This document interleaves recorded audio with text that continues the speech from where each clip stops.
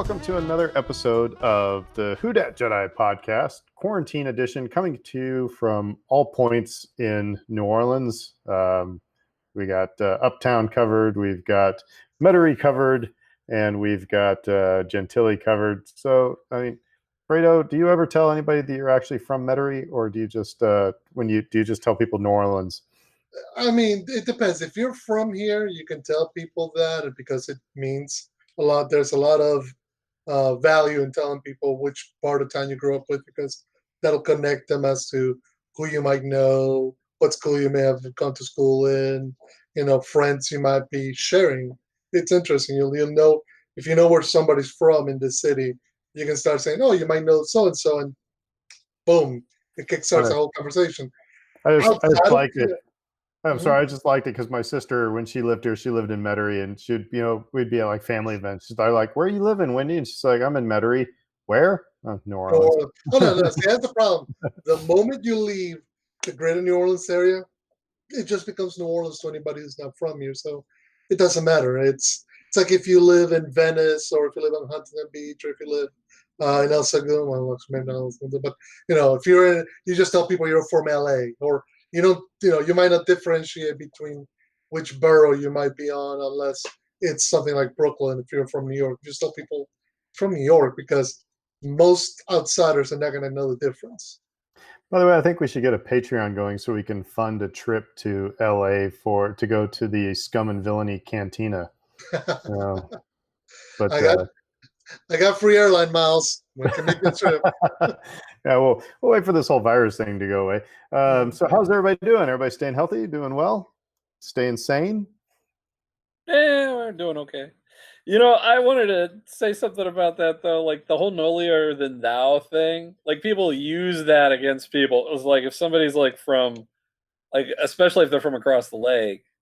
Hey, I lived on the West Bank for 4 years, so I every time we saw Mandy, it was cut hell for being on the West right. Bank. So. Yeah, but it's like, and I get it if you're here. If you're here in the community, it's like, yeah, you're gonna tell someone which part of the community you live in or you're from. But yeah, if you're like halfway across the country, yeah, I'm from New Orleans. It's easier. Oh yeah. Nobody tells. Things been okay. I mean, nothing major. Soccer's back for me, so that was nice. Did you go to the pub for that?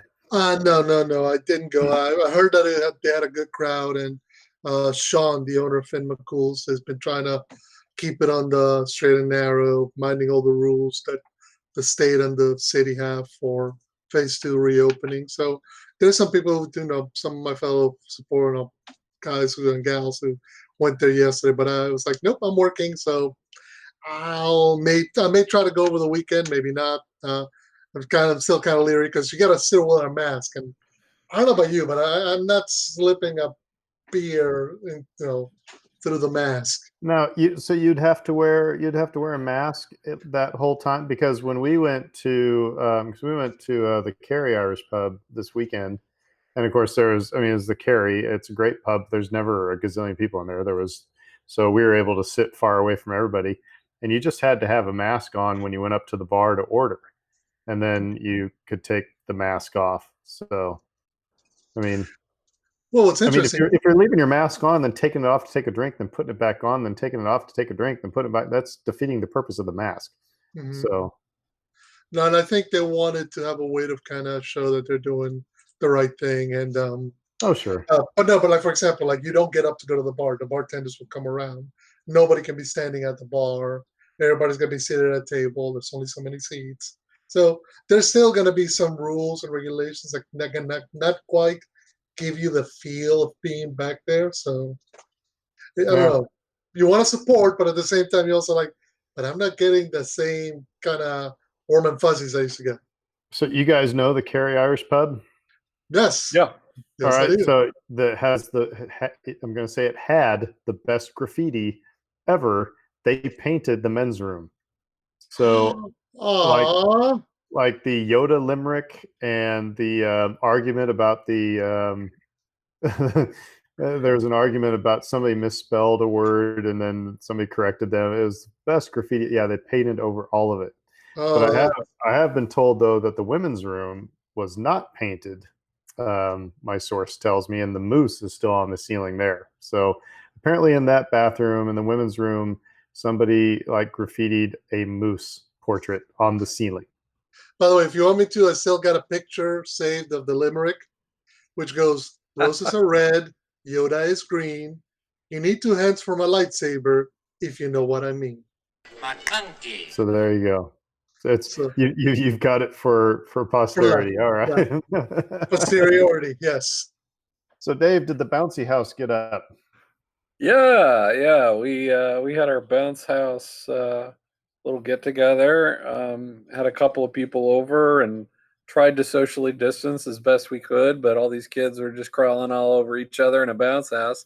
But we did have like a disinfecting station set up outside the bounce house with wipes and antibacterial stuff, and so it was a success. The youngest was happy, and then the two oldest and her. We had it for like 3 days, um, so that's just kind of like how they're doing it right now because they can only rent them out like once a week because they got to disinfect it afterwards and clean it off and make sure that it's safe for the next group of people to use. So they're not in any rush to pick it up. So we had it for like 3 days. So our kids were just out in the backyard. We're like, they're like, I'm bored. Go to the backyard. Jump on the bounce house. So did Lucy go in the bouncy house? No. She's got claws of death. She would have punctured that sucker. I know. Yeah. Would have been funny though to see a German Shepherd bouncing around the bounce house. Yeah. So the other COVID story that I have, I was walking by a restaurant last night. I think we were just out on a walk, and there was somebody from the kitchen staff was taking a smoke break. Still had his mask on. Was smoking through the mask. Where there's a will, there's a way. Yeah. Hey. You see everything nowadays. Yeah, like I said, we went to a place or two this weekend, then washed our hands, ferociously when we got home and everything. But places we go tend to be pretty pretty empty anyway. I don't know what that says about us, but we don't go to very busy places. But I did, as we went to Port Orleans for lunch on Monday because it was our anniversary, and they actually have a tablet set up to take your temperature. So, I mean, they're going that far. So, hey, I guess people are. This is not why you joined this podcast to listen to New Orleans COVID stories. So, but yeah, maybe we'll just dive right into the Star Wars stuff. But those of you who are have listened before, and if you're new listeners, we won't say who, but we are very excited that we're lining up a very special guest for not one but two future episodes. And I don't know how much if we want to say anything at all, but just I'll even say this: we're lining up a couple of guests. So we're going to continue to keep doing that. We're going to continue to keep trying to bring interesting people on. And so anybody who listens, if you know of someone, even if it's you, and you want to chat Star Wars with a couple of people, couple other people, then feel free to let us know about it. Yeah. But yeah, so should be some fun guests in the coming weeks. Yeah, so it should be fun. So all right, well, let's dive into our normal trivia. We don't have our trivia guest, Dave. No, that I think that whole idea has kind of been shelved for the moment. I'll let you know. Because I was actually coming up with I was either like, do I pull a real BS question like what was the alternate name of the third officer on the, or do I come up with something easy? So I actually came up with something easy, but now I'll throw that away. So Well, keep it in mind. I'll revisit this next week. all right, so it's trivia time, folks. As always, we dig into the box of Trivial Pursuit DVD Star Wars Saga Edition. Yeah, we'll have to maybe get the DVD out sometime and see what that's all about. But anyway, Fredo, we'll start with you. What aliens earn Han Solo's faint praise? Short help is better than no help at all. Well, I can only think of one species that Han Solo would have praised as, given their stature, and that would be the Ewoks. That was the Ewoks. Ding, ding, ding, ding, ding. Yes, yes, I, yes. I don't think he was complimenting the Ugnaughts from Empire. By the way,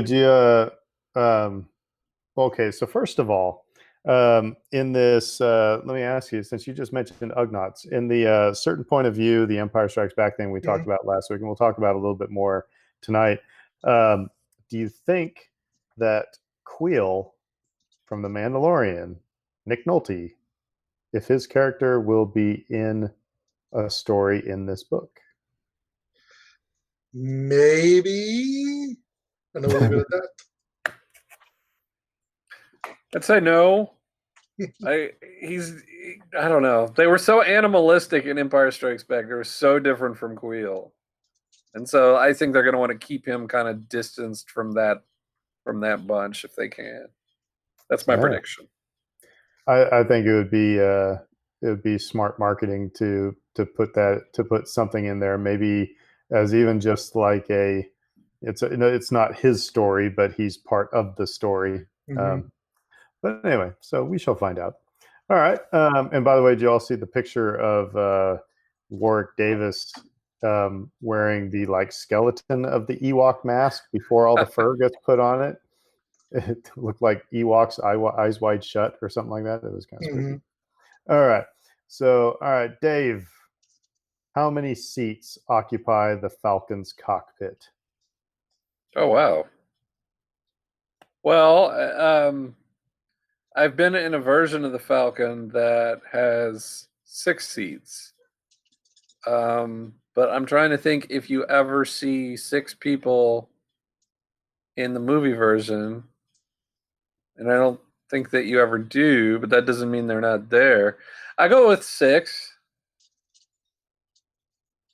It is 4. 4 seats.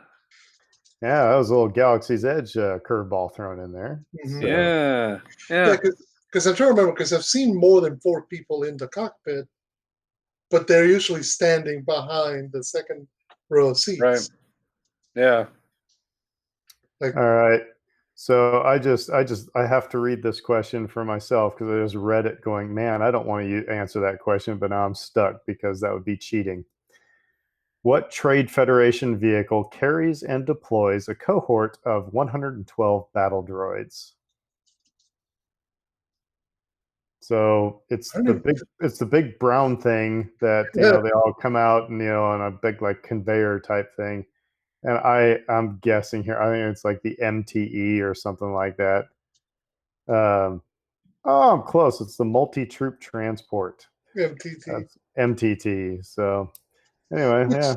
Which, if I'm honest, I was just trying to think about it. I could not name. And actually, I was thinking about this yesterday. You have such iconic designs for so many classic and original trilogy ships and transports, and even though we may not know the names, there's a look that's unique to the ships of the prequel trilogy. I don't remember too many sequel trilogy ships that I go that's new and different and unique.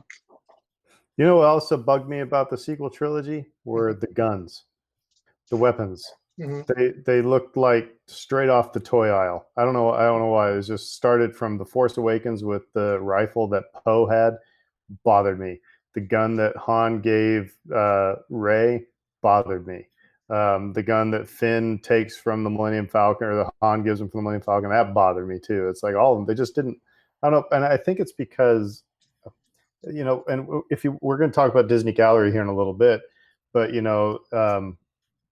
they realized, in the Mandalorian, it's like the things that made the weapons look great was that they're based on actual things. It's Right. like they just went and bought surplus and then put some greeblies on it, and it's like there's your weapon. And I think they tried to go too Star Trek-ish in the sequel trilogy. I don't know. Isn't it weird what I complain about? Well, I'll give you credit on that complaint. Some of those guns look janky to me too. And they weren't very original with the vehicles. Yeah, there's a lot to complain about there if you want to. Now, I will say this, the people who complained about how in The Force Awakens, it's like, it's the same old TIE fighter, it's just got a paint job, it's a little bit, it's like, look at a Mustang from a certain year and then go 10 years later and you can still tell it's a Mustang. It hasn't changed a whole heck of a lot. And I don't know why it's like they expect or Darth Vader's helmet from episode 3 to episode 4. They said it changed too much. It's like, I don't know. It's like, do you think he's going to have the same smelly helmet for 18 years? But no, the ship's going from 6 to 7. The people complaining about that bothered me. It's like, because we just see cars that, like I said, they change so slowly. So I think anyway. the plotting of where we ended up in episode 9 makes it make more sense to me anyway. It's like these are actual remnants of the Empire. And it was weird to see stormtroopers in 7 when you're like, well, wait a minute, this isn't the Empire, right? This is the First Order. What is the difference? And they didn't explain any of that. But then eventually in episode 9, it kind of, with all the Emperor stuff and the hidden fleet, and you understand he's manipulating things from afar. It begins to make more sense that these elements would be left over and being used the way that they are. Mm-hmm. So here's a trivia question to everybody, because it's just caught my eye. How many kilometers in diameter was the first Death Star? 120, 1,200, or 12,000? Kilometers diameter. 12,000. Dave? 120, 1,200, 12,000? I'll say 1,200 instead. It was 120 miles in kilometers. 120 kilometers in diameter. Wow. Tiny. Yeah, because I guess because it looks like a small moon. So anyway, by the way, episode I see all these rumors going, fan theories and stuff like that. People saying that so Palpatine created Snoke, and they're saying that he created Snoke out of Mace Windu. Thoughts? Huh? Yeah. That's my general thought. That's I think that's somebody from Reddit, but yeah, they're saying that he made Snoke from Mace Windu. Okay, have fun with your theory, I guess. So go wild.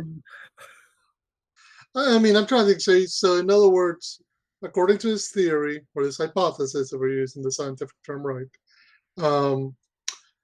Palpatine went into the depths of Coruscant, found the remains of Jedi Master Mace Windu, kept some cells of it alive, and then after everything happened in Episode 6, past 30 plus years of it, no, 20 plus years of its death, then he used it to create an amalgamation of himself and some other, and Mace Windu to form Snoke.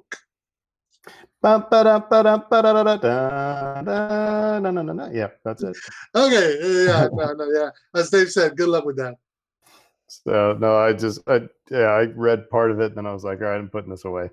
So I'm glad I don't go on Reddit, because Reddit just I think I'd just get mad half the time. So All right. Well, thanks for playing trivia with us. That's always a fun way to get the brains moving here. So tonight we're going to dive into news here in a little bit, but we're also going to talk about kind of the latest episodes, maybe all of what we haven't talked about, the Disney Gallery show. This last one about the music was really kind of interesting because, especially to me, because I have my bachelor's degree in music, so it was just intriguing to watch. Then we're also going to talk about the Jedi Temple Challenge, the YouTube Kids show, which spoiler alert, it's surprisingly fun to watch. It's nice, easy watching after work, but and it's everything that we talked about, we thought it would be. But we'll talk about that a little bit, and also, and so we got some other things thrown in the mix as well. But let's toss it over to Fredo for some news. What's going on this week in Star Wars land? Okay, so do we want to start with the big news, since that's primarily what everybody has heard by now? Well, we're going to say no now. Everybody's like, got to start with the big news now. Okay, the big news is it's going to go downhill from here, folks. All right, there we go. basically. No, the long and short of it is, if you didn't know by now, Star Wars Celebration at Anaheim has officially canceled. I believe it came down sometime around about a week or so ago that they officially made it. Just earlier this week. Earlier this week, yeah. They made the announcement simply stating, look, given the dynamics of the world as it is during the pandemic, given the fact that we're seeing case numbers rise up again, the idea of hosting several thousand people, tens of thousands of people in a convention center in Southern California, in close proximity to one another, does not prove to be the wisest or smartest idea. So not only cancel, but cancel to return in 2022. Yeah, it's it's going to be skipping 2 years. So, which makes me wonder: are they wondering about? Are they worried about? So why are they waiting until 2022? Is it like let's schedule it for 2021? But maybe we should wait until 2022 because we're going to be releasing. Something's going to be coming to a TV or a theater near you or something. Maybe they decided it would be more of a because this celebration was going to be kind of a kind of a I want to say yawner, but an anticlimactic. How about that? Because most celebrations, it's like on the on the threshold of a new movie coming out. And So remind me if I'm wrong, Aaron, but wasn't it that you didn't mean we're accustomed to yearly conventions and stuff? Celebration didn't start off like that, did it? It was like it started off in what, 99, 98, thereabouts. So the first skip a year. one, I have the program for the first two sitting right over here. But the first one was right before episode 1 came out. So it was May 1st and 2nd of 1999. Right. The official program. But that was in Denver. And the second one was in Indianapolis, and it was right before episode 2 came out. So I'm going to knock things over if I try to take that out of the case. So, but no, it hasn't been. And so then I went to those two, and then I didn't go until Chicago. And I don't know when it got into an every year deal, because I think Celebration 3 was in Indianapolis as well. I suppose we could Google all this and figure out when all these are. So I think it started to become kind of now it's become a yearly thing, and now Star Wars fans are expecting it to be there. I think if you're going to have it every year, you need to stop calling it Celebration. I don't know. It's because it's So I think it's better when it's surrounding something big that's happening in Star Wars. So So it was 15, 16, and 17. And then they skipped a year, and then 19. Prior to that, it was about on average about every 2 to 3 years, I'd say. so I this it's and it I having gone to many conventions, not Star Wars conventions, but I mean when I was a teacher, going to technology conventions and stuff like that, and presenting at these conventions, um, I mean, there's no way to socially distance at any of those things. So it's like, and every time that you go, you come home and you have somebody's cold. So it's like, have a convention, you're going to have tons of people get sick. That's just, I mean, I that's think just, people call it convention crud. yeah, con crud. Yeah. I mean, I remember at Chicago, I was, had hand sanitizer and everything. I was like, I'm not going to get sick. I'm not going to get sick. And then it's like on the last day, I got sick. So, but no, celebrations, it was fun. The first one was totally different than any other ones. It was just really like almost felt like somebody put it together in their backyard type of a deal. I mean, there's just like a couple tents, and that was it. And now they're getting huge convention centers. And people in Celebration 2, Rick McCown he had this presentation and they had multiple showings of it. So it's like, but now it's like if you want the episode 9 panel, for example, um, or let's say episode 8, because this last one they did something different. But if you wanted the episode 8 panel, you had to like sleep overnight, for your line into the, to get a spot in the room. And I'm like, there's very little in this world that I am going to camp out overnight on a concrete floor amongst a bunch of strangers. Really, I can't even think of anything that I would do that for.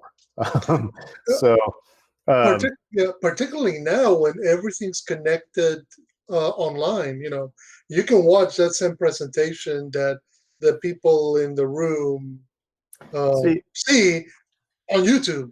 See, but like I said, and that at Celebration 2, like I said, my brother and I went and saw the Rick McCallum thing because, but we didn't see the first showing. So, we heard the rumors that, oh, you're going to see Yoda fight. They showed a little clip of Yoda with his lightsaber. It was still cool to see, but people complain about they don't want that at conventions now. I've heard some of them say because they want to feel special. They want to feel like I was there when they showed this, not I was at the third showing when they showed this. And my point of view at 47 years old is like, I don't care if I go to the 5th showing, as long as I can see it, that's fine by me. I like I said, but anyway, so Chicago, they did a lot of things different where you actually they had a lottery system to get into, to either get in the room where the deal was, or in the overflow room where they had the live stream going.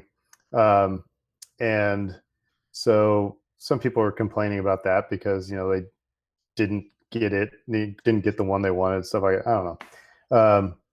So I don't know where I'm going with this, but except for the fact that I can understand why they don't want to get anybody sick, but I think it also gives them some time to work out the kinks on how to make sure people can see what they want to see. But and when you consider from the standpoint that we do not know the state of the world 12 months from now, I mean, there's rumors of a potential vaccine that might be available end of the year, maybe start of 2021. So, which would be incredibly great news. Stuff like that doesn't just happen overnight. But the impact economically that the pandemic has had, the impact on travel, the impact on everybody's way of life, the idea of trying to host such a major event a year from now, when stuff might still be kind of limited or whatever, might be proved too difficult. I'm hoping that what they're thinking is we move into 2022, by then there is a vaccine. By then we're back to sort of the pre-pandemic levels of travel, of disposable income, of people being willing to fork thousands of dollars to come out to Anaheim to come and be a part of this. So you know what I find really interesting is so again, Celebration started in Denver, Mhm. then it moved to Indianapolis for Celebration 2 and Celebration 3. And I don't know if it bounced around anywhere else, but then it Mhm. started kind of bouncing between Anaheim and Orlando, I believe. Mhm. And so I'm going to get into what people consider quote unquote tradition, because when it went to Chicago, I was like, awesome, it's going to Chicago. Yeah, it's easy, trip for me to get to Chicago. Um, and actually, the only thing I was really, it's like Chicago in April, maybe you should be like Chicago in July and you'll be in better shape. But because it did snow one day. But anyway, otherwise, it's like, cool, Chicago. I like going to Chicago. Let's go to Celebration there. But people were complaining because Celebration's always in Anaheim or Orlando. And it's similar to now people saying, that the Solo movie should have been released in at Christmas because that's when Star Wars movies are released. And it's like, no, Sonny, hold the phone. Star Wars was always released around Memorial Day weekend, which is when Solo was released. So if that's following more tradition than the last three movies of otherwise, every other Star Wars movie has been in May. So it's like, so shut up. It drives me crazy what people, consider tradition. So Well, and if we're talking, I mean, if we're going to fight for places to return to, don't get me wrong, I've been to many conferences in both Orlando and Anaheim. Anaheim, can be have wonderful weather. You can be, it's great. Disneyland is down the street. Orlando, same idea. Disney World is down the street. At the same time, though, if you give me a chance to go to either of those, or Chicago, or either of those in New York, or either of those in New Orleans, go see someplace new. I will take yeah. someplace new.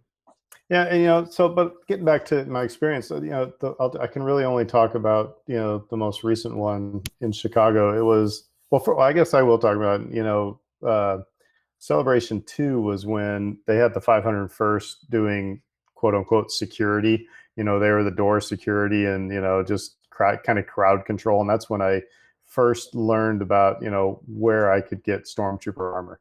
And so I came home. I'm never good at saving money. It was like anytime I give music lessons and kids would pay me, I'm very hand to mouth. It's like, they'd pay me and I'd go, that money would be gone.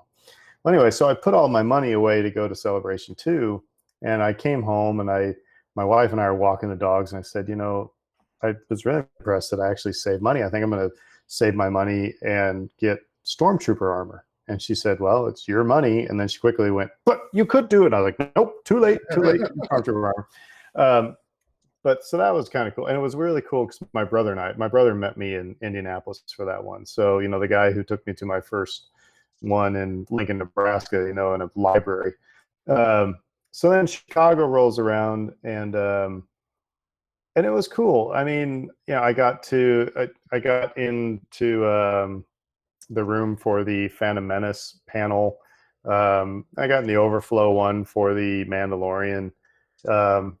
Episode 9 one I had to watch from the show floor, the exhibit hall, which actually kind of ended up being a lot cooler because you're standing there with a bunch of people watching the trailer and and everybody's reaction. It was just fun. It was fun.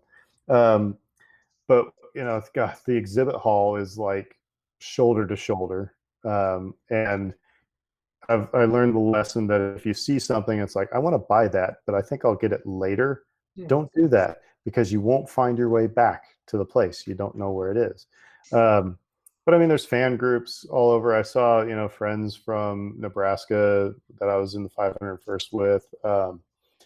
And otherwise, it's just like any convention. You're walking all around, and if you see people, you talk to them. Otherwise, you're just kind of pick sessions, things that you want to go to.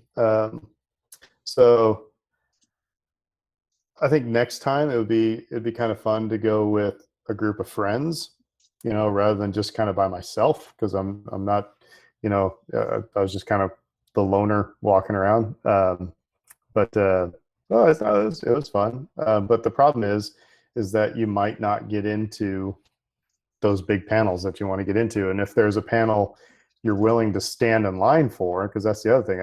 I sat in a line for like 2 hours for the Rebels panel, I think, and which is cool, but still sitting in line for 2 hours, and you think, is there something else I could have done? So I don't know.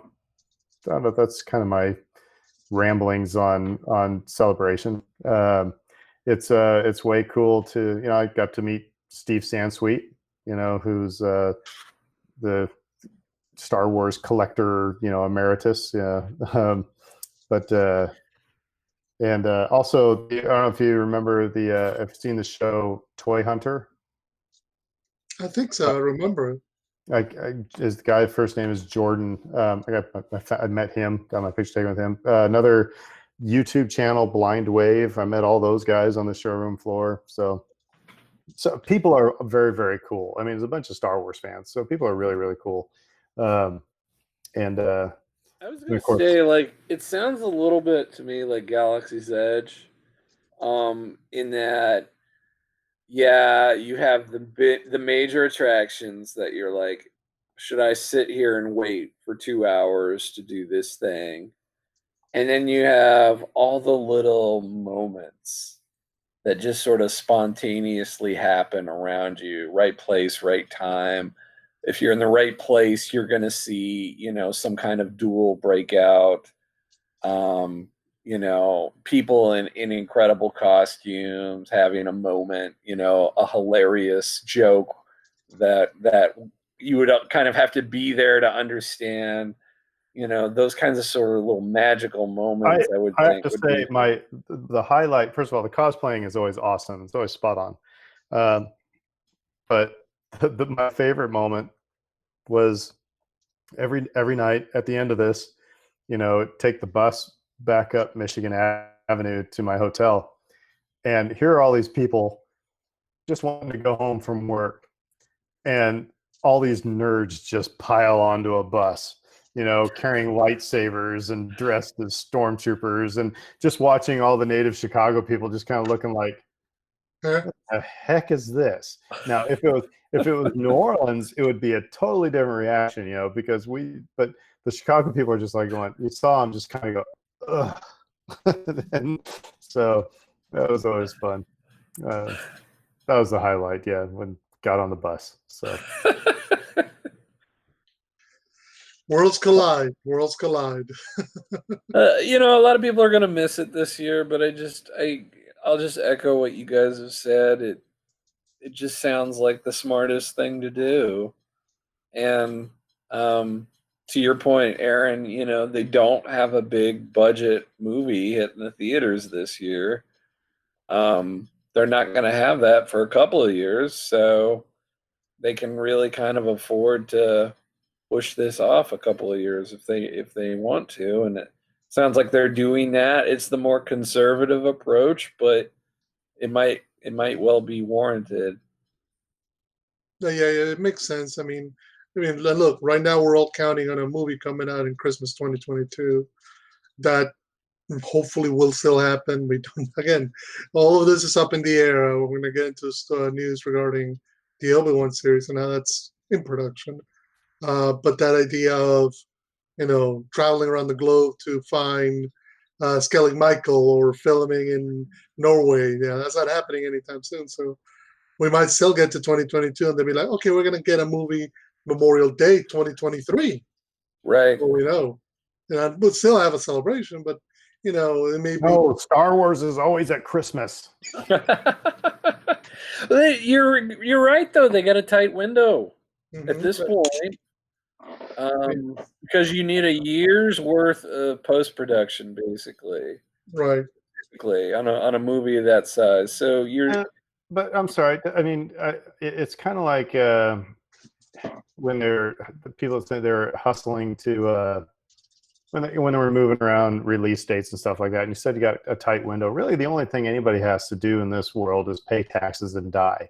So just because they said at some point that a movie was coming out in 2022, and they're saying, "Sorry, we're going to release it in 2024," but you said, it's like, this is not a video podcast, but I just flipped off the camera. It's like we'll release the movie when we want to. It's like half of Star Wars fans had to wait their entire high school and college years before they got to see another Star Wars movie. So y'all can wait, another 2 years. No, I'm grumpy old man. I'm grumpy old man tonight. Grumpy old Aaron. No, I think actually, because the problem really isn't the fans in that way. It's more the shareholders. That's usually the problem. Whenever they lock into release dates, it's that's right. Get off my lawn. It's usually promises made to stockholders, to shareholders, to investors, saying we expect this to come out by third quarter 2022.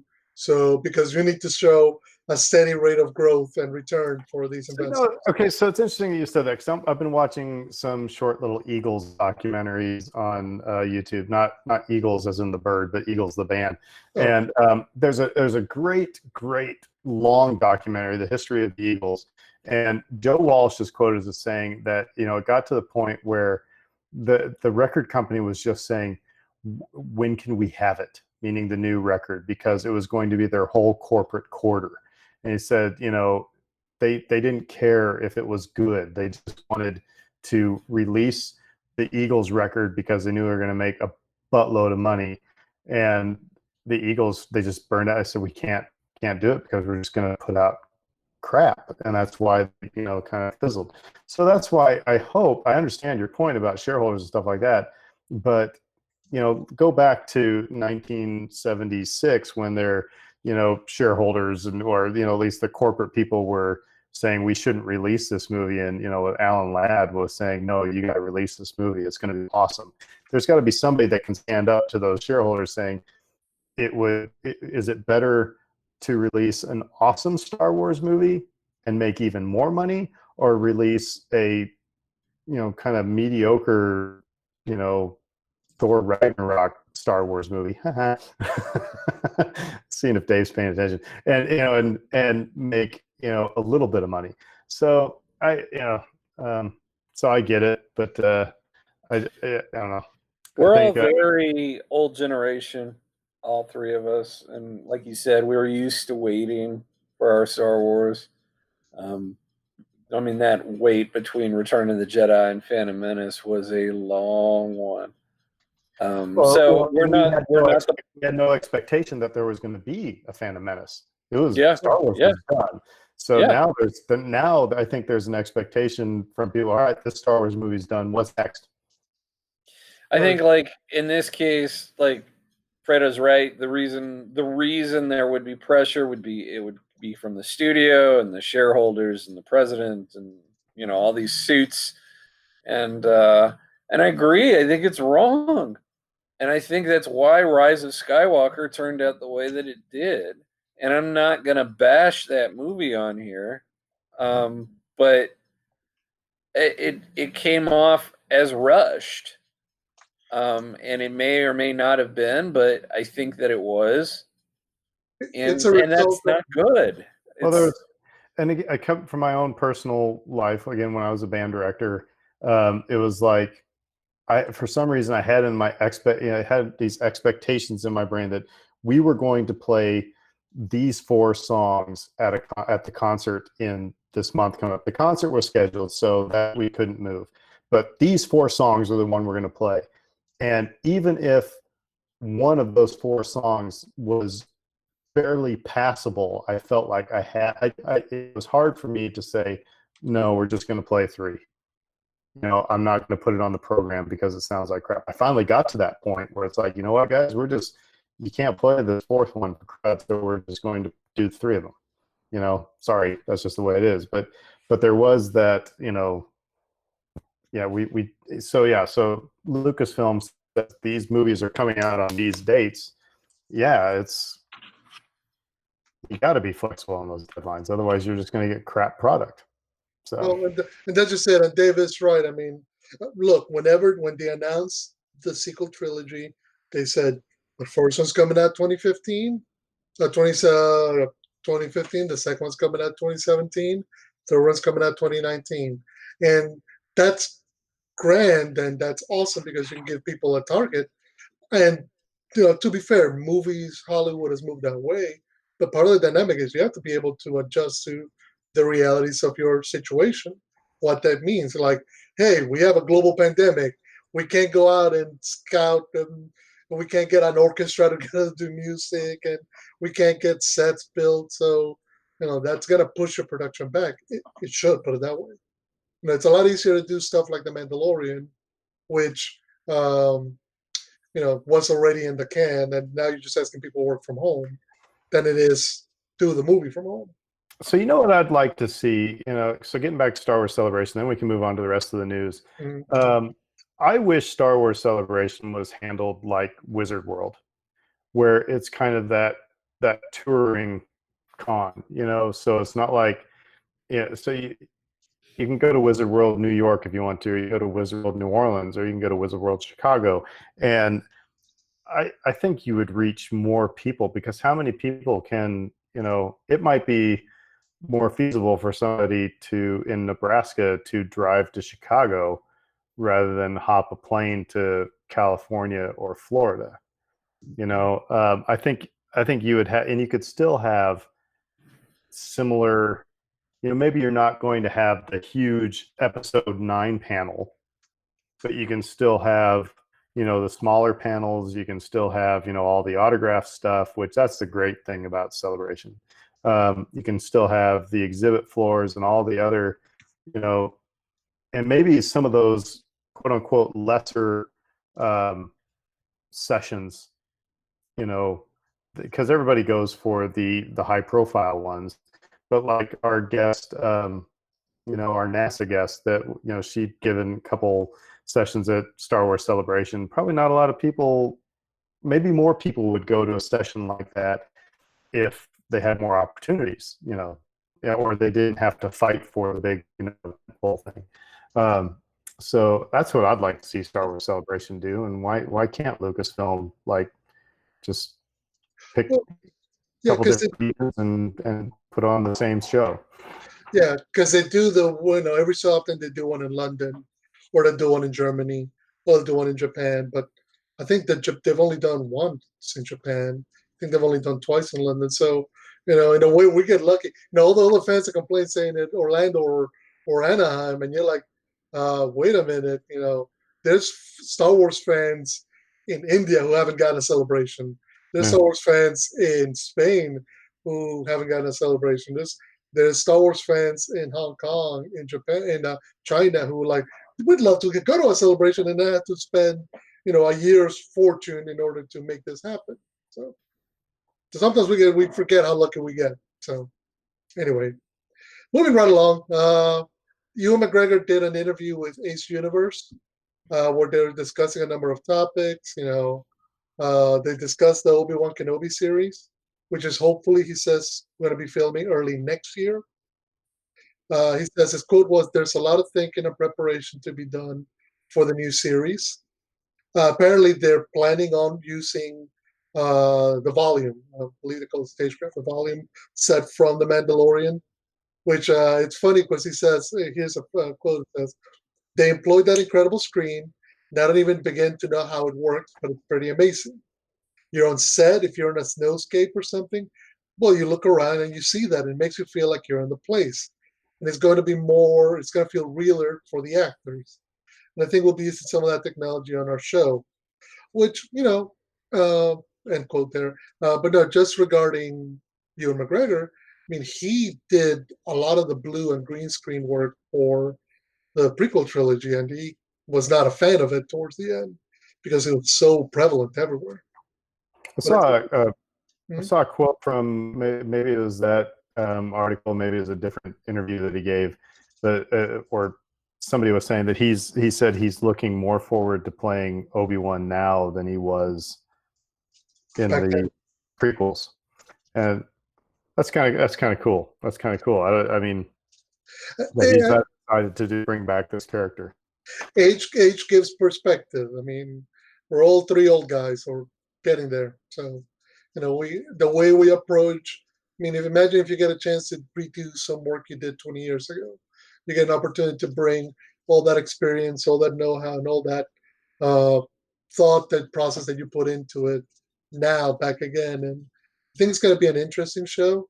He's very effusive about how he about Deborah Child and how they're looking forward to doing and working together.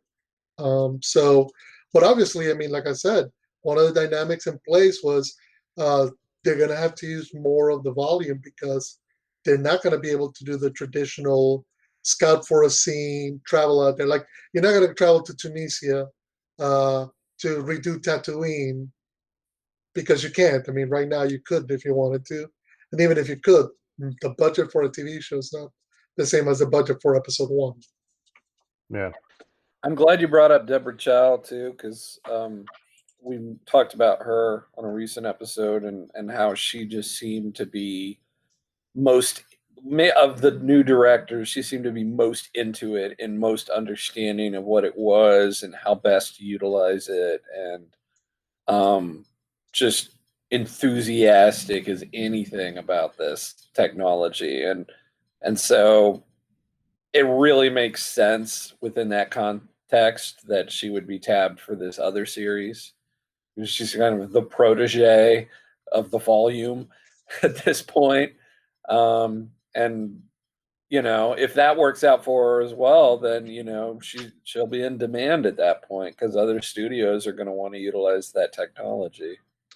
But the idea of her coming on and already having a couple of episodes of The Mandalorian under her belt before jumping on to do Obi-Wan, I think gives her a leg up on doing Obi-Wan, just because she's cognizant of what they can do, cognizant of what Disney and Lucasfilm wants this to be like.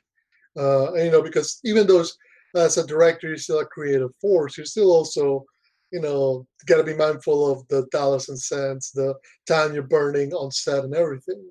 And they're developing all this technology to make stuff easier, but you still got to come in on time and on budget, and that don't get any easier whether you're Steven Spielberg or Deborah Chow.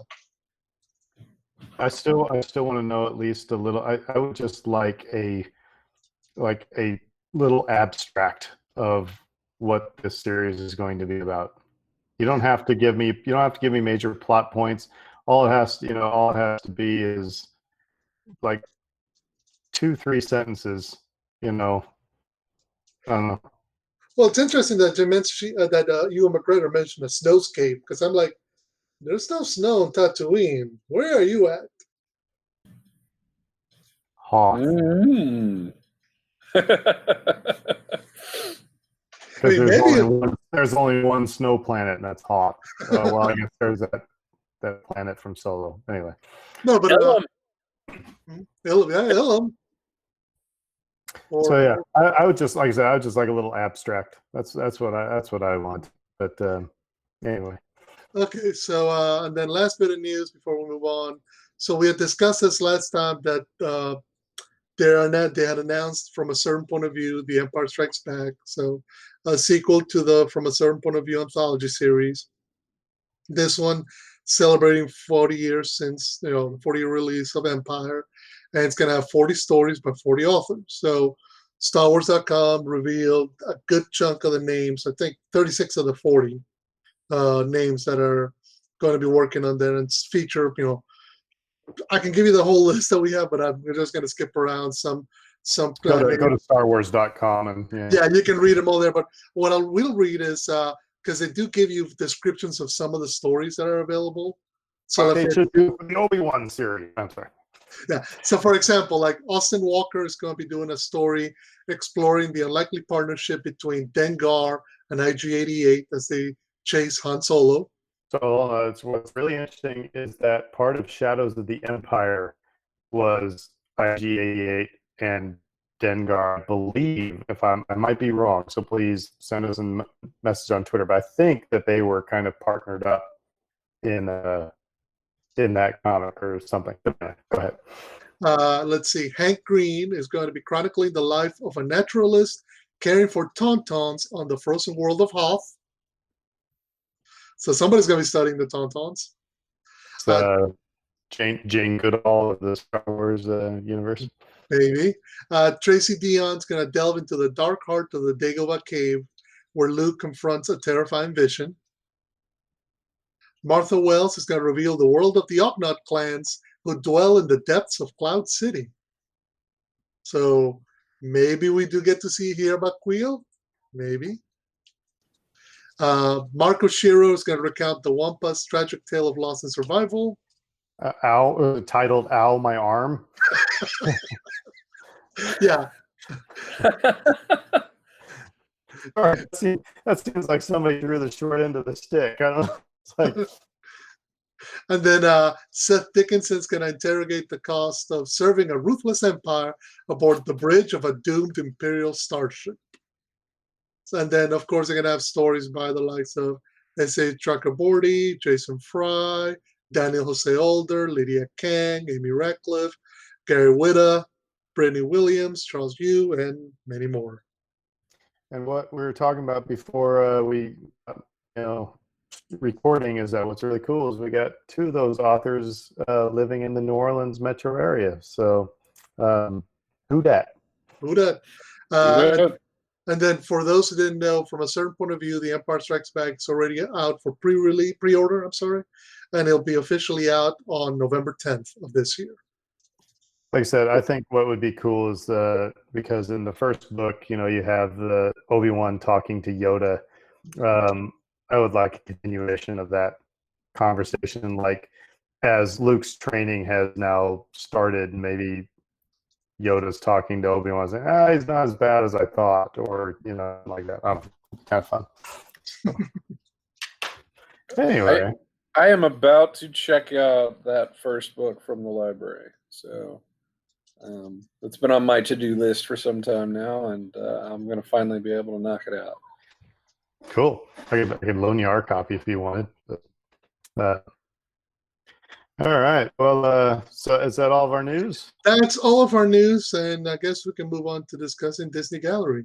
Well, except for there was another little bit of news that a new game is. That was the other bit of news. Yes. Yeah, is a new game that's coming out. Star Wars Squadrons was what the trailer was dropped a couple days ago, and then just today, about an hour or so ago, they dropped actual game footage. So can somebody make a trailer for Donkey Kong? I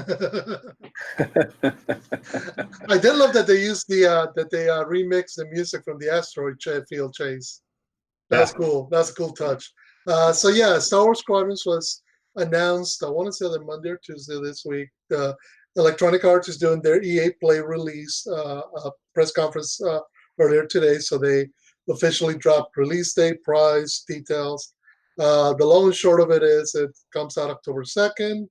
For all the current generation consoles and PC. It's going to be worth $40. The idea behind it is you will have both single player and 5-on-5 multiplayer action. So, and you will, when you start off, you will get to design and both a New Republic and a Galactic Empire pilot because this takes place after the Battle of Endor. I'm sorry, correct me if I'm wrong. What's really cool about this is that you can play with people using different consoles. Yes, it's going to be cross-platform. So Dave could be on a PC, you could be on your PlayStation, and I would have to buy a new Xbox to be able, to play this. But I think that's cool because right now, if you're playing Battlefront, if I'm playing Battlefront on my Xbox, it would have to be with other Xbox players. Basically, yeah, and that's what I think this is. Looking at it, I mean, a lot of the in-game engine, because it's being done by the same people, Motive Studios, who did the flight elements for Battlefront 2. It looks like a lot of repurposed technology that they're bringing forth, which makes sense. Look, they recognize the impact that the TIE Fighter X-Wing series they had on PC almost 30 years ago. And that's kind of what they're going for. So it's not just going to be get on the cockpit and go. You can actually customize your loadout. You get to, I mean, because it's all first person inside the cockpit. You get to change, divert power from shields to guns, from the engine to, if you want to put everything on your booster and just blow past everybody. You're gonna get to pilot 4 different classes of ships. So you got your regular fighter, so your X-wing, TIE fighter. Get your bomber, so Y-wing versus TIE bomber. You get a support vessel. So I think the New Republic has the U-wing, and I forget which is the one that the Empire has. And then you have your little fast Corvette style fighters. So like your TIE interceptors and your A-wings. Each one's supposed to pilot differently. You customize it whichever way you want, and it's going to be an interesting dynamic because you'll get to play on either just straight up dogfights with the other people, or you can actually have missions where you kind of you got to clear out the fighters, then the support ships, then the capital ship. So, and there was an interesting character reveal in that trailer. A particular captain that we've seen from a certain TV show, General, yeah. General Hera Syndulla is going to be guiding your New Republic squadron. So what I wanted to ask is this a continuation of the Rogue Squadron series of games? Because this is really unless I'm wrong, this is the first real flight sim / dogfighting game since those games, right? Yeah. I mean, the last one I want to say was Rogue Squadron 3, which was about a decade or so ago. I mean, and those were, I'm trying to remember if those even came out for all platforms. They were just Nintendo exclusives. But yeah, this would be I don't necessarily know if it's a continuation. I think they're kind of calling it like a spiritual successor. Much in again, just as like Battlefront. Much in the same way that Rogue Squadron was a spiritual successor to the X-Wing versus TIE Fighter series. Rogue Squadron was never as involved in your loadout as those games were. But again, the same idea of get inside the cockpit, you fly, you take on the battles. So this is the same. That's gonna follow on that, and they're supposed it's taking place after the Battle of Endor. It's supposed to be the story. They say it's canon, much in the same way as Jedi Fallen Order and Battlefront 2 were.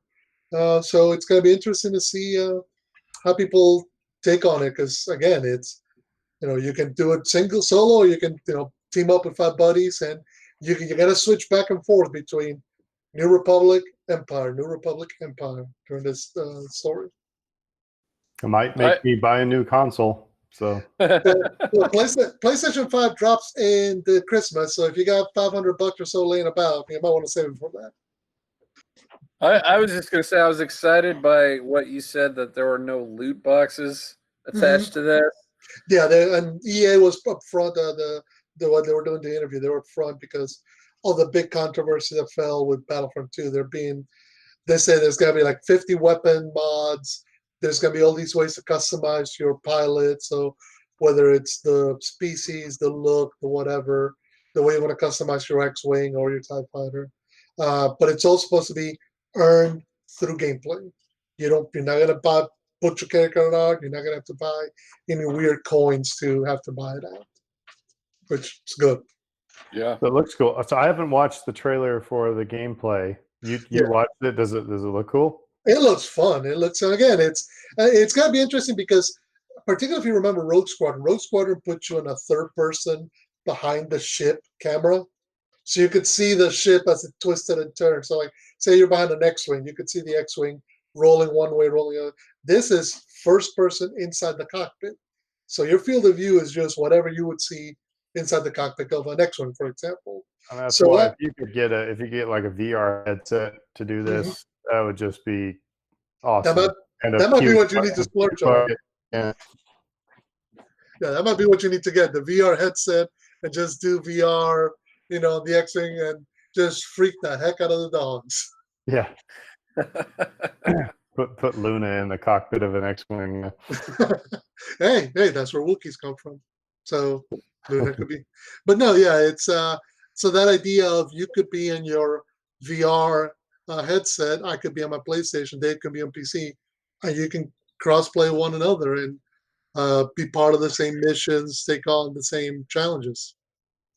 Still want to see a trailer for Donkey Kong. So With all certainly this, somebody's made that. But I'll do a YouTube search later. Somebody's got to have made a game trailer for that. just If ask. if no one has, I'll make one for you. I was gonna say you can always ask Goldsby to edit something for you. Yeah, all I'd have to do is just tweet, and it would give him a day. And there Yeah, it just is. challenge him. Just challenge him. He will totally do it. So, well, cool. Yeah, well, we'll see if maybe we'll all play that game at some point. We can be in the same room together. So let's move on to the YouTube series of the Jedi Temple Challenge. For generations, the Jedi Order have been the guardians of peace and justice in the galaxy. Now, Padawan teams must endure 3 challenging rounds of Jedi trials to become Jedi Knights. Which is, we mentioned it a couple episodes ago. This is admittedly a kids show, but it's like I said, it's, they have 3 teams, 3 teams of 2, and they compete in little challenges and see who gets to become Jedi Knight. And so I just put that out there that admittedly it's a kids show, so anything that we complain about is probably just going to be old man problems. But it's on YouTube, and a lot of people have found that interesting that they put it on YouTube rather than Disney Plus. But we mentioned that that in the article they said, given the state with the virus and everything like that, they wanted to get it out to as many people as possible. And I will say, I watched it. I enjoyed it. It was, like I said, it's good. I'm done with work. I got to watch something kind of easy. I don't want to watch the news. It's just easy going. It is exactly what we said it was going to be. It is Double Dare with Star Wars themed, really, and no slime. But so you got Ahmed Best, who is a Jedi Master, and he's accompanied by 2 droids. And one of the droids, I will say, just kind of bothers me. The one who does all the talking. I mean, come on. I mean, the first episode, right out of the gate, they had a fart joke. Did you know when the door opens and she's like, "Oh, what's that gas escaping?" Then it's like, "Oh, it was the door." And then it happens again. She goes, "Okay, that time it wasn't the door; it was me." They made a fart joke, so it's like, it's like we already had Jar Jar stepping in Bantha Poodoo. Do we need a fart joke? But whatever, kids like fart jokes. So, but I think it's kind of fun. They go through 3 different challenges, and the thing with Sam Witwer being the dark side. There is one episode where he went full Maul. He is like, it was Darth Maul voice. It was awesome. I think it was the most recent one, the 3rd episode. But anyway, what did you guys think? Did you enjoy it? Dave, did your kids watch it? Yeah, I did the Pepsi challenge with the kids and sat them down in front of it for the purposes of this show. I was like, well, are we going to like this? Are we not going to like this? They liked it a lot. And it is targeted towards people their age, so that makes sense. If I had any problems with it, it would be the pacing of it seemed a little tight.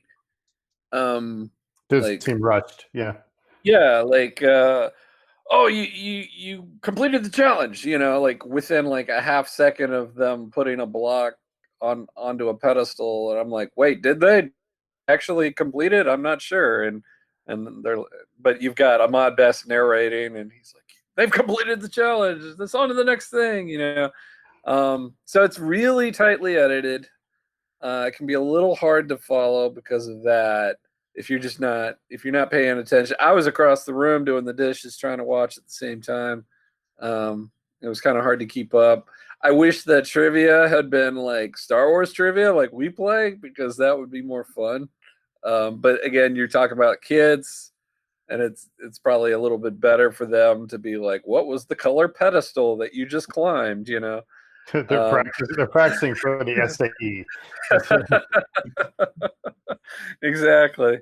And I love there was a one joke that just had me like guffawing from across the room where I think Ahmad Best was like, use the force of your upper body strength or something along those lines. Core, of your core. The kid was falling off the raft. Yeah, it was awesome. It had me rolling. Yeah, so it was entertaining. It's a family show. It's a kids show. If you're, you know, if you don't have kids, you may not get as much out of it. But I liked it. Fredo, what'd you think? Yeah, I was about to say I don't have kids. I know it's fun. It's very light. It's not. I mean, if you're looking for something to just kind of take your mind off after Sounds like work, we're talking about a beer. yeah, no, yeah, exactly, no, because it's in some ways it is like a beer because you're not, you don't think about a beer, you're just consuming, you just enjoy it. It's enjoyable. I totally got the old Double Dare, Funhouse, all those afternoon kid competition shows. They used to be on TV all the time in the 80s and 90s. So that's the vibe that it gives, of course, with a Star Wars twist. I think Ahmed Best is perfect for this. His enthusiasm for it, his joy for it comes through. And he's willing to sell the droids and the silliness of it. I mean, he's into it. So I find a lot of times with any kind of show, whether it's something like this, or whether it was one of Anthony Bourdain's shows, or whether it's something with like what's his name? Anyway, whenever you get in any kind of show where you're putting people in a situation that's not normal, it helps when you have a host that's whole hog into it, that's just into it, wants you to come along on the journey. And the challenges are pretty standard, pretty straightforward. You're not gonna make these so hard that kids are gonna hurt themselves, or kids are gonna think, oh, let me copy this at home. And like Dave's kids are not picking, well, if I jump from the couch on top of the TV on top of I'll be a Jedi Knight. All of a sudden mom and dad walk in and the living room's a mess, So like I would have done. To your earlier point, about Ahmed Best, the other thing that they do a great job, and as a teacher, it's anytime you get into this competition sort of stuff, and especially at that age of kid, it's like they do a really good job of when the kids lose to keep it a positive experience. Like, hey, you're going to become a Jedi one day. Go back to the temple, keep training. Say your prayers and eat your vitamins type of thing. It's really positive because it could be like, purple team, you suck. Just go on back to Jakku and just carve on your, wait fall until to the dark side, kid. Fall to the dark side. But so they did, like I said, and that you could have blubbering kids, at the end of these challenges. But they actually really, they do a good job of I have expected to see that. We're like, well, sorry, kids, you don't earn a lightsaber, and you will never become a Jedi. And just like, the nice surprise at the end of it. You hear Yoda, and it's Frank Oz. It's actually Frank Oz's Yoda voice. So that's awesome. But the and those look like Savvy's Workshop quality lightsabers that they get at the end.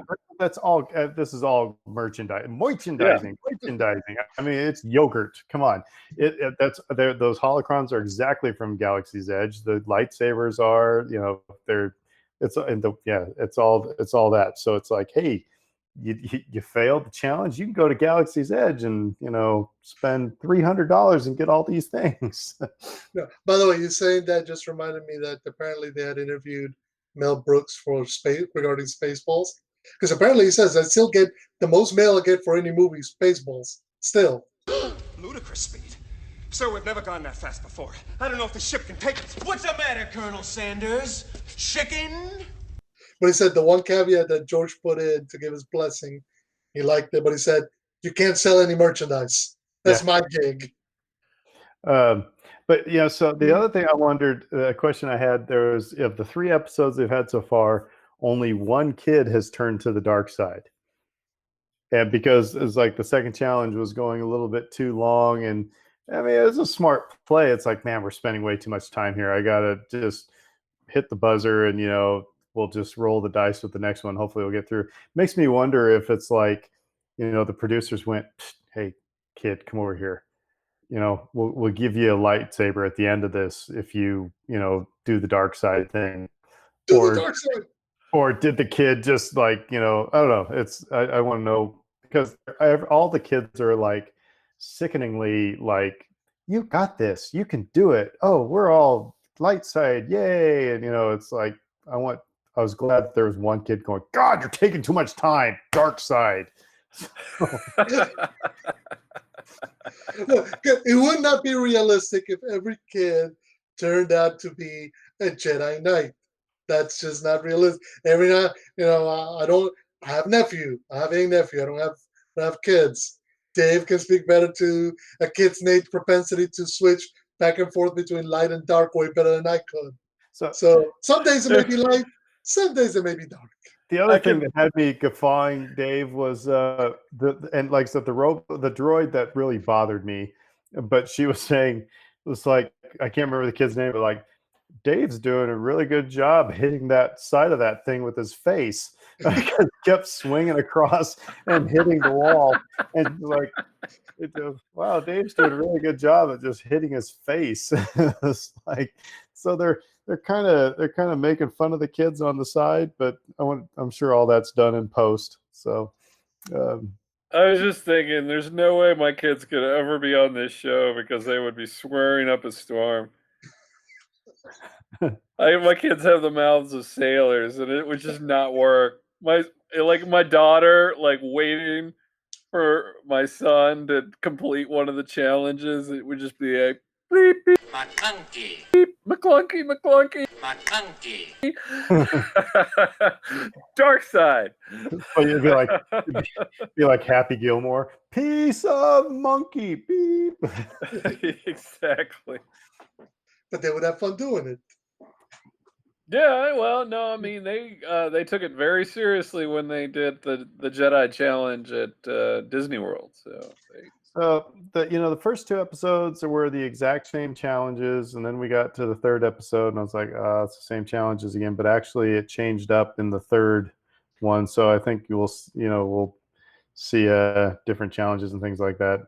But again, it's fun, and I can understand why it's on YouTube, because I don't think this is as cool as it is. I don't think it's Disney Plus caliber stuff. To me, Disney Plus is like a step below going to the movie theater, and this is, I mean, let's be honest, this is Nickelodeon, type stuff. So I think so, it's fun. I'll keep watching it. I'll wait for that kid to like grab the training saber and break it over his knee, and Well, just said again, they do it in such a way that you enjoy it. You don't think too much about the dynamics of it. You're just enjoying having a good time, seeing the kids compete, and it's a fun diversion. Couple Rebels references. First of all, you have to grab a Meluron, the fruit that is referenced many times in Rebels. They use training sabers. It's the first time that you ever hear of training sabers is when Kanan uses them with Sabine with the dark saber. So along with the Galaxy's Edge stuff, they really did say, okay, we need to make kids watched Rebels. Kids are going to Disney, to Galaxy's Edge. So they are drawing all those. Hey, we had a Fredo Frozen moment there that we could have taken a picture of. That would have been fun. But so it's linking to what the kids know and what they like. So it's fun. Well, and it's something that back when we get to Disney Gallery, it's one thing that Dave Filoni actually said. Each generation has their entry point into Star Wars, and for a lot of the kids that are taking part in this show, their entry point was Rebels. Their entry point was either Rebels or the sequel trilogy. So connecting to them via, the Melurons, to Training Sabers, to Sabine, to Ezra makes perfect sense because that's their Star Wars. So let's slide into the gallery now, Disney Gallery. We've talked about most of the episodes, so we're going to be talking mainly about this most recent one, the one we talked about the composed and the music to the Mandalorian. But one of the things Filoni said is exactly what you were just talking about. And so before we talk about the specifics of this show, but he made the comment that Star Wars fandom clings too tightly to their paradigm of Star Wars. And he was making the comment in like they didn't want, Ludwig to copy John Williams. Because there are a lot of people. I'm one of them that's like, I cling too tightly to things, and it's like there was my criticism of I had criticisms of the music in Rogue One. I had criticisms in the music in the in some of the others, but he made that good point that fans cling too tightly to, like I said, and I'm paraphrasing him, but to their paradigm of Star Wars. Did you guys catch that? Catch him saying that? Oh yeah, yeah. He didn't necessarily. I don't know if he meant it in a negative way at all. It was just more of a statement of fact. Like it's a natural thing for people to cling to that thing that they grew up with. In our generation, it's the original trilogy is king forever and ever and always. But he made the really good point that there were a lot of people that, and we had Michelle on a few weeks ago speaking to the EU. For a lot of people, the EU was a really important part of their youth, and then you transition into the prequel trilogy, Clone Wars, the sequel trilogy, Rebels. It just keeps going and going. And they said that to Ludwig, you are creating that connection for the next generation right now. That's what you're doing with this music because you're putting your own creative stamp on this thing. And people, because of their emotional investment and how music can elicit that kind of a response, it's going to be because of you that this next generation is going to be in love with the Mandalorian. So I wouldn't say negative, but I do think he was calling people out, in that we've got to, to paraphrase Yoda, we've got to let go, in some respects, and because we had all that with the sequel trilogy, Not My Star Wars. We had a lot of that going on, and I think when he was talking about it, I could see kind of the frustration in his face.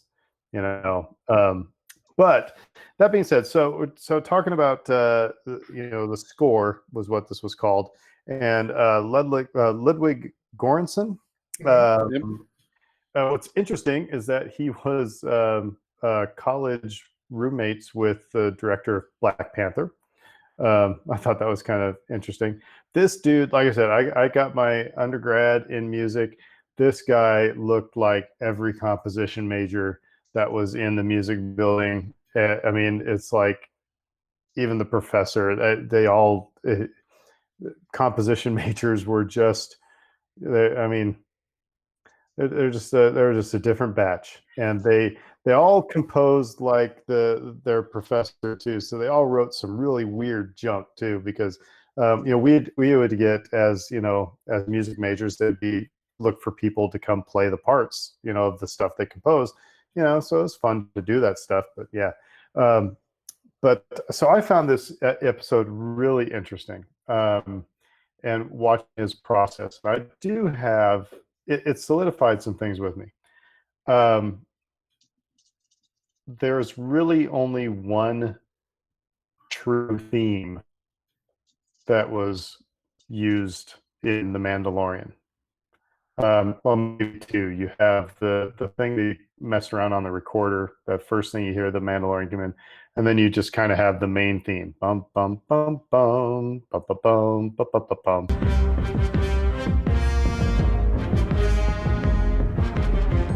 That's played. You hear it just in different keys and different, different arrangements and stuff throughout the series. Otherwise, what he did, it seemed, was to create atmosphere. And I don't mean this as a criticism, I'm meaning as a contrast to what was done in the original trilogy, especially where it was thematically based. It was, here is, the Force theme. Here is, Princess Leia's theme. Here is the Death Star theme. Here is, in that very Wagnerian way. When Ludwig was talking about composing for the episode where they're on the prison ship, and he's just messing around with electronic sounds, and I don't mean that in a negative way, that he's just messing around, but it's not like, hey, we're going to have Princess Leia's theme underneath here while Han is doing blah blah blah. So again, it was more like I said, creating atmosphere, and rather than the music being another main character, like I think it was in episodes 4, 5, and 6 especially. I don't know. I'll shut up for a while. Yeah, I was going to say, I think in part this is due to the marching orders that John and Dave gave him. They said, we don't want to repeat what John Williams did, Fair enough.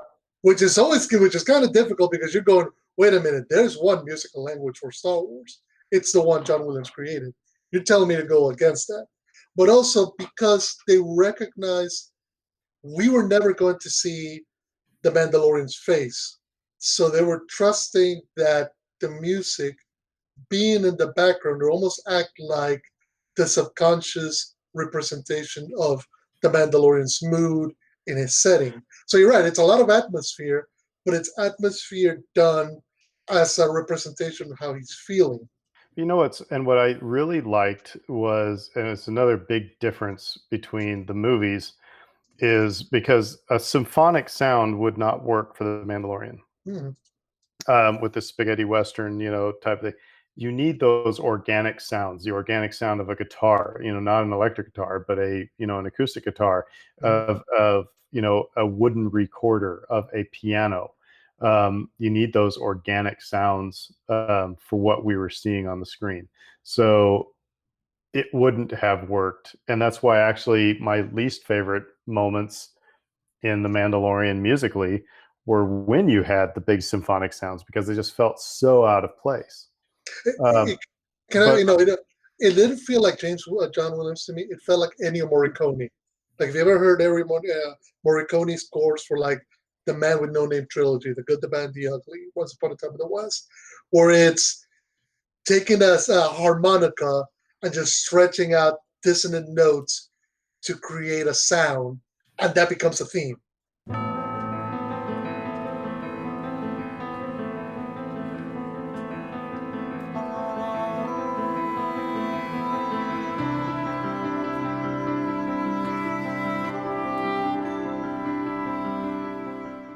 Or that becomes a motif that they go back to. So I think he was more aiming for that, because you're right. He gets told. I mean, and I love the cues that he's given. He's given Western, sci-fi, samurai. And I'm like, well, in a way you could, that all could also describe Obi-Wan, but it's that idea. That's what they were going for. Yeah. The John Williams was up for an Oscar, I think, for Force Awakens. And Rise. And he lost to Marconi. And and you couldn't fault the decision, because there were these two epic, legendary composers up for this Oscar, and they both did amazing work in that particular year. But it's funny because I just think about that connection right off the bat. yeah, obviously the spaghetti westerns are just a huge influence here. And they were going for that kind of sound. And it fits it. It fits it really well. When we first started this, we were complaining a little bit about it being I started the complaints, I think, in our very first episode where I said it was too on the nose. Like, oh, you're going for the Western, and okay, yeah, we hear those, we hear those songs and it sounds like the Western. Um, but it really does grow on you. And he says that during the course of this episode, when he said, like, a lot of people either really loved what we did with this or they hated it and then they grew to love it over time. And I personally fall into that latter category. In episode one, I was really kind of like, it feels a little out of place. But 3 episodes in, I was all in, and I really liked it a lot. And it was the right call, I think, just to go that direction.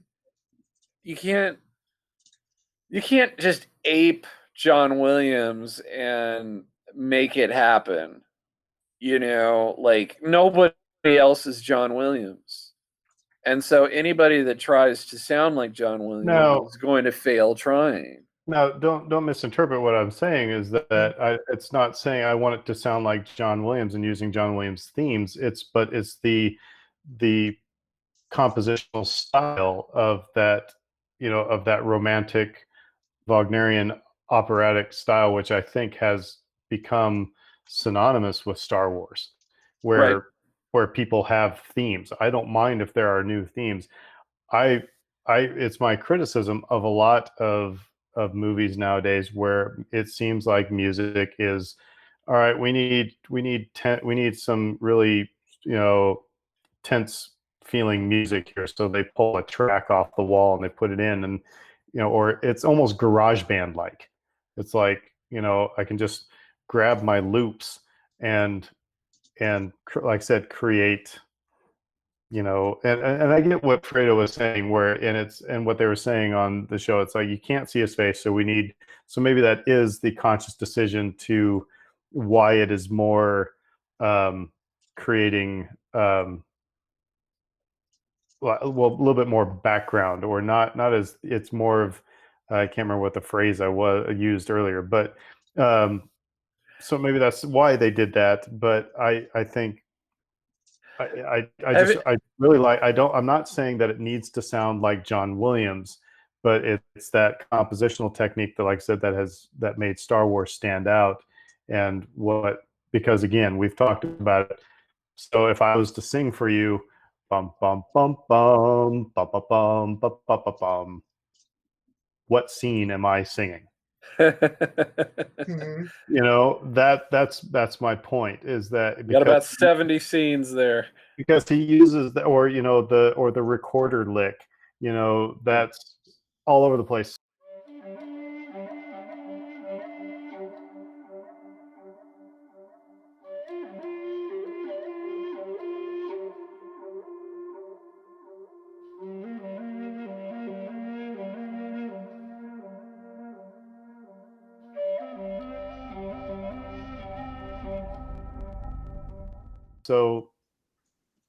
So he can you can give me the argument as to why, but I think there could have been more done, because you have characters. I mean, Oh yeah, that and you I have. didn't mean Go I was ahead. gonna say I didn't mean to like infer that or like indict anything that you had previously said.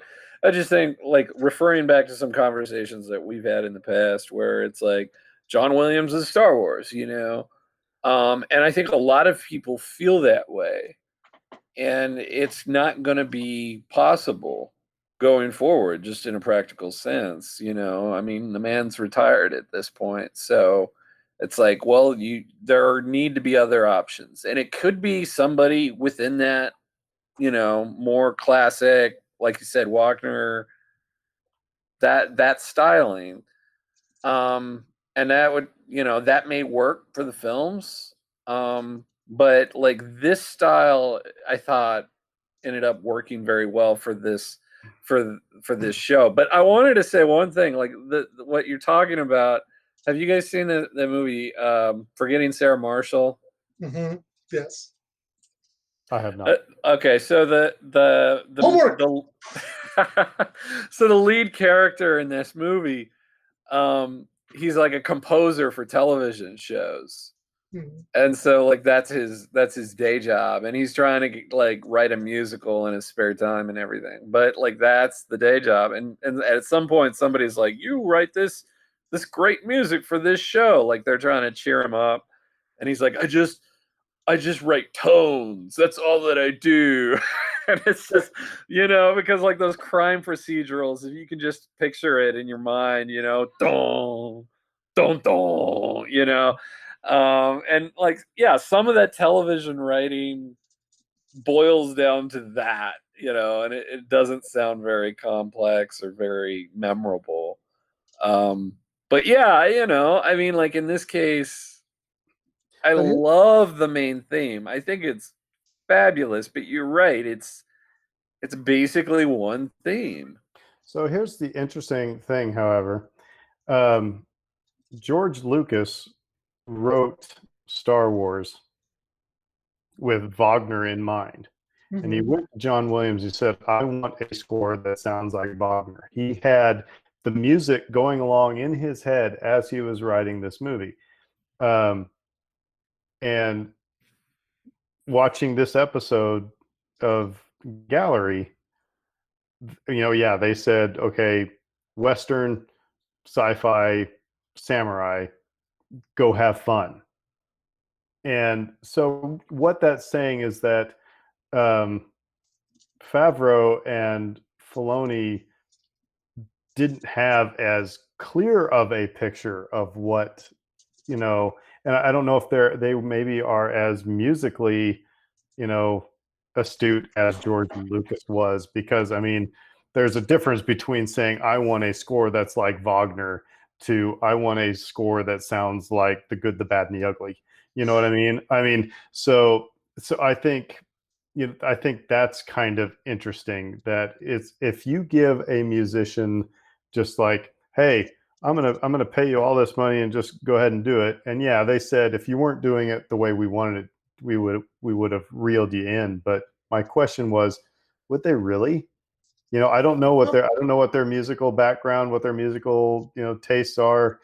So musicians are really pretty good at saying, hey, yeah, here's the music. You know, I think, I mean, well, first of all, I think we sometimes when Lucas tells John Williams he wants Wagner, it's because John Williams is going, wait, you don't want a modern 70s score for this? And it's because Lucas is adapting Flash Gordon serials from the 1930s, where the only music those suckers could put in was music that was free to use for everybody, no copyright, which was classical music. So they were like, and if you ever see those old 1930s Flash Gordon series, they're all heavy on the trumpets, heavy on the drums, because they're all action. So I think there's a reason, since Lucas was adapting that into Star Wars, it makes sense.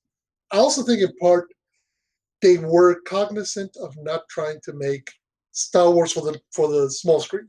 They were telling a story, so that allowed them to go a different way. I wonder. I mean, it's interesting because they do get the scene, the moment when they're filming Episode 4, I believe, because Bryce Dallas Howard is there, and then Ludwig comes out, pulls out his phone, and plays the flute theme for them, and they're all like, "Oh my God, this is the greatest thing! This is exactly what we wanted." So sometimes it's interesting to see what a creative mind can give you. But yeah, it's interesting that they did not give a set of marching instructions to him as George did. Because I do wonder, you're right. I mean, sometimes a lot of stuff is happy alchemy. You don't know what you're gonna get. And sometimes you can go off the rails in a hurry. You end up with something like disco theme. I don't know. so yeah, no, but I will say this, like when I was talking about how he's messing around with the computers and the kind of the electronic sounds for that. Um, for that episode where they're on the prison ship. I don't think you could have had anything other than what he did. Mhm. I'm not taking anything away from him. I said, what this stuff, it works, but I just found it very interesting, how it was, it it seemed kind of hippie-ish how he Mhm. was put together. He's just like, yeah, man, then I play my guitar, and yeah, man, then I play my piano, and then yeah, these computers make different sounds, man. It's like, I I'm mean, just picturing Matthew McConaughey going like, "Man, we just sat there with our shirts off. We're just playing the bongos." so Yeah, the funny thing too, my wife, when she was in the room when I was watching it, and they were talking about how he went to USC. He was roommates with Ryan Coogler. Ryan Coogler, and she's like, 4 weeks ago, because like he looks so young. and yeah, yeah. it's, and it's incredible that he did Black Panther. I mean, it's Mhm. incredible. That's an incredible score. Um, and it was fun to kind of look at his process. The freaking recorder. I mean, I wouldn't have really expected it to have been a recorder But that's the thing, producing. Dave. Like I said, because I've seen these composition majors, because it's like they find the weirdest crap for you to play, and the weirdest way to play it. It's like, I want you to take this, pizza pan and hit it with a feather duster at a 45-degree angle because it makes a specific sound. I mean, there's like things that they do. So it's where I was in the classroom, studying traditional band instruments, they were exploring all sorts of different sounds.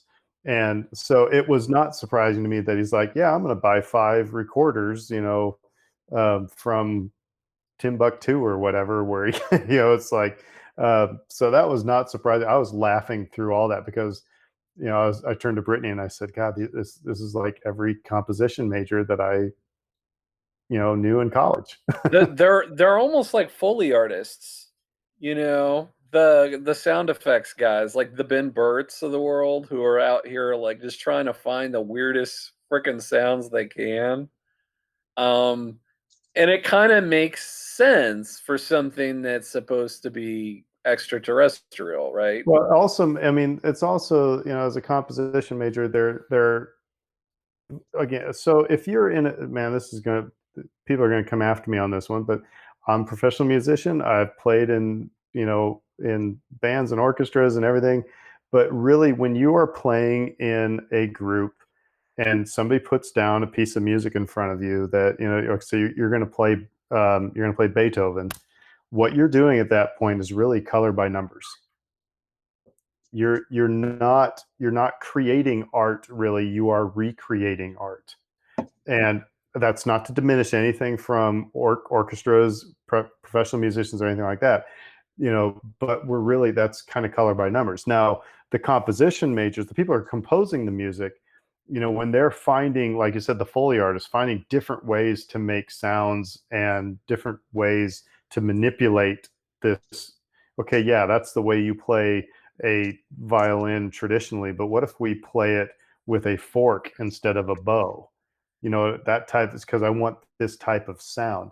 Then you're starting there. So they're operating in this creative, you know, this creative mode all the time and trying to push boundaries and things like that. Whereas when you are playing in a group, you have boundaries around you because of what the piece of music says to do.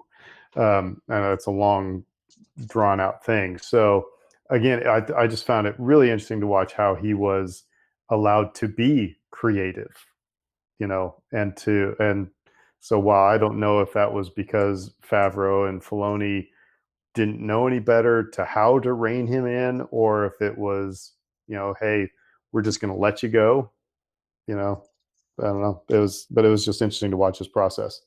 Mhm. It was an Ooh, interesting screen capture. little. Oh, darn it. We had Fredo. We had Fredo scratching his eye. We should have done screen capture. That would have been perfect.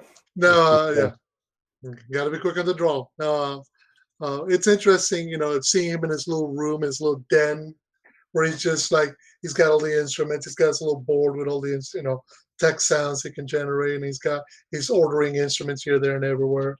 Because it's interesting because most of the other uh, creation of the show is much more involved. If you're creating sets, if you're creating props, if you're creating um, mannequins like the child or a set of armor. Usually you're working with somebody else. The composer is one of the ones who can just go off on his own. And he says he read all 8 scripts. He came up with 8 individual scores for 8 individual episodes, which I think he said it was the equivalent of scoring 3 films. Which that's a lot of music to have to generate in a quick turnaround time. Yeah.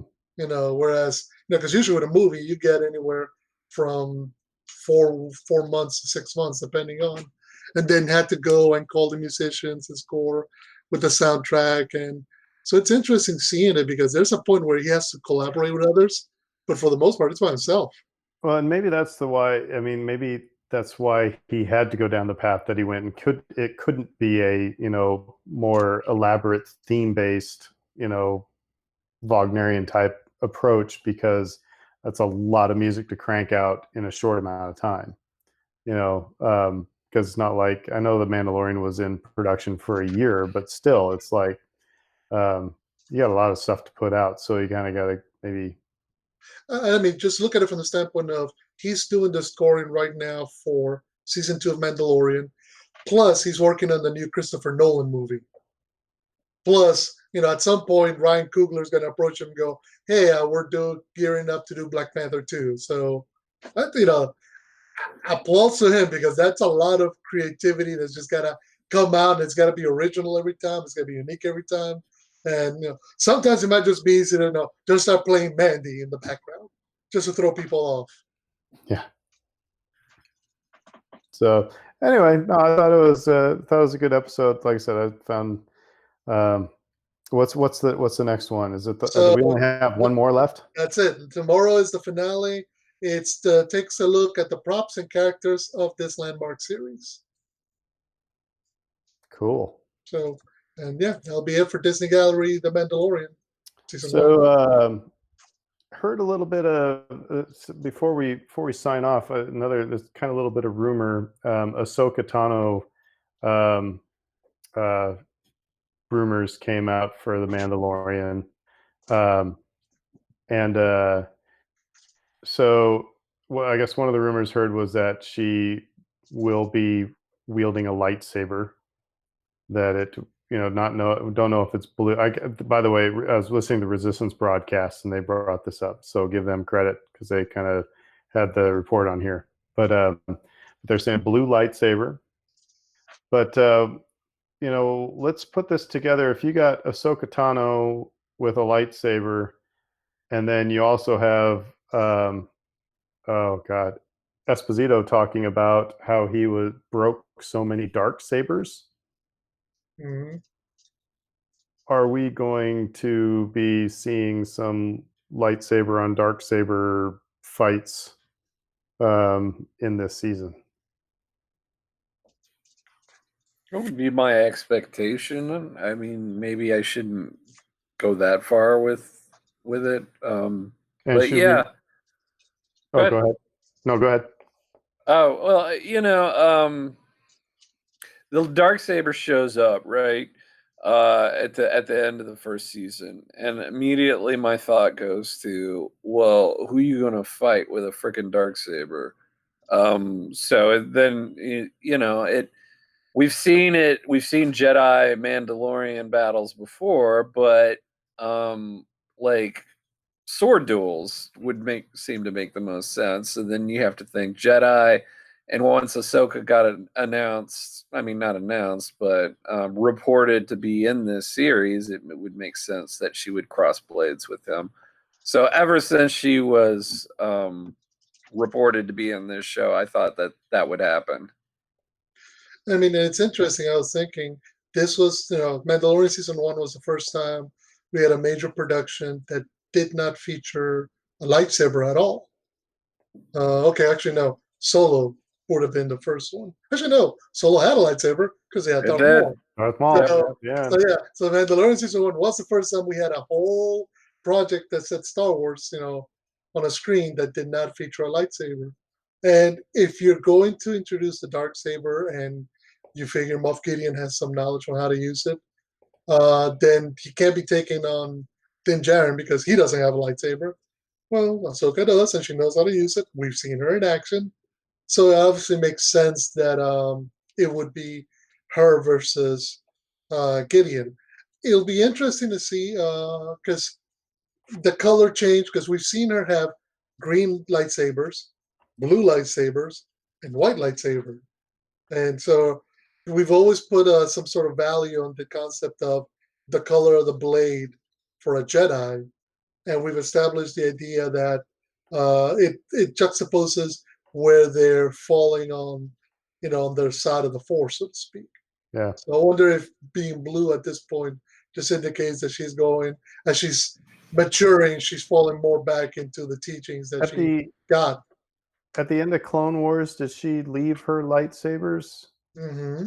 Remember, Darth Vader finds him in the snow and picks it up. But both? The Ahsoka novel is canon still, and she doesn't have lightsabers in the Ahsoka novel until spoiler alert. She removes them from an Inquisitor and uses them to defeat said Inquisitor. Mm-hmm. And then, of course, in Rebels, we obviously saw her with her dual, or two white lightsabers that for $200 you can buy Galaxy's Edge. So she's definitely had them as far as Rebels, or at least we know she had a lightsaber as far into the timeline as Rebels. Mm-hmm. I would imagine that she's traveling, that she went in the quest to find Ezra. She didn't just dump him over the side because who knows what they were going to encounter.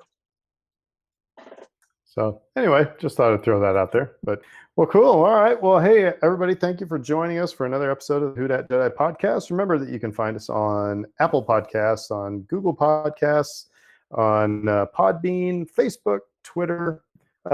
When you see us post these on Twitter, share them about. Get people, have people listen to it, even if you think they're going to hate it, because we like arguing with people too. So, but spread the word. Leave us a review. Yeah, leave us a review.